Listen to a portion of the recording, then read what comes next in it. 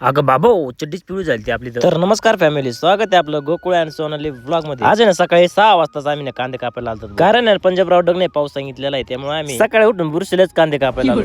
आता शेतकरी म्हणले डोक्या मागे एकच काम आहे, मोकर काम. त्यात लाईट आली, आपली मोटर चालू झाली नाही. इकडून तिकडून मोटर चालू करून आलो आपल्या शेतामध्ये. त्या बिळामध्ये मला काहीतरी गेल्यासारखं दिसलं. म्हटलं आता जर उंदीर असला ना, बिळा शिरून त्याला मारायचे, कारण की त्याने आपला उचलय खाल्ला होता. म्हणून जरा बिळाजवळ जाऊन बघत होतो मी. पण त्या बिळातून ना उंदीर बाहेर येत नव्हता, दुसरंच काहीतरी बाहेर येत होतं. आणि ते पाहून ना पूर्ण माझी फाटत होती. काय आहे ते कन्फर्म केल्याच्या नंतर चला म्हणलं आता आपली पिवळी आहे ना अगोदर आहे, नाही कल्टी मारून घेऊया. मग मी ना जरा धारदार शस्त्र आणले ते आपलं कांदे कापणे, आणि त्याबरोबरच ना आईस्क्रीम आणल्या होत्या सगळ्यांसाठी. मग ना सगळ्या बायांनी आईस्क्रीम खाल्ल्या आणि पुन्हा कामाला लागले. पण सोनालीची ना आईस्क्रीम खाणं काय संपतच नव्हतं. मग ना सोनालीला म्हणलं तू जर 30 सेकंदात आईस्क्रीम नाही खाल्ल्या तर त्याच्यात वाटेदार मी होणार बरं का.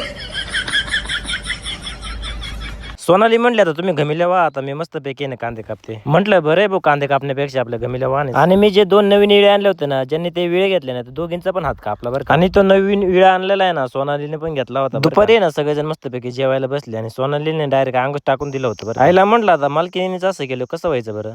आणि ना आज आमच्या मालकीनीने घराची चावी हारून टाकली भाऊ. आणि आम्ही सर्वांनीच लई वेळ शोधली भाऊ, पण काय सापडलीच नाही. मग काय शेवटच्या पर्याय म्हणजे आपलं कुलूप कापावंच लागलं शेवटी. जाऊ दे आता, चुकलं असं एवढी वेळेस मालकीन. बरं जाता जाता तेवढं फॉलो करून घ्यावा आणि व्हिडिओ लाईक करावं बरं का.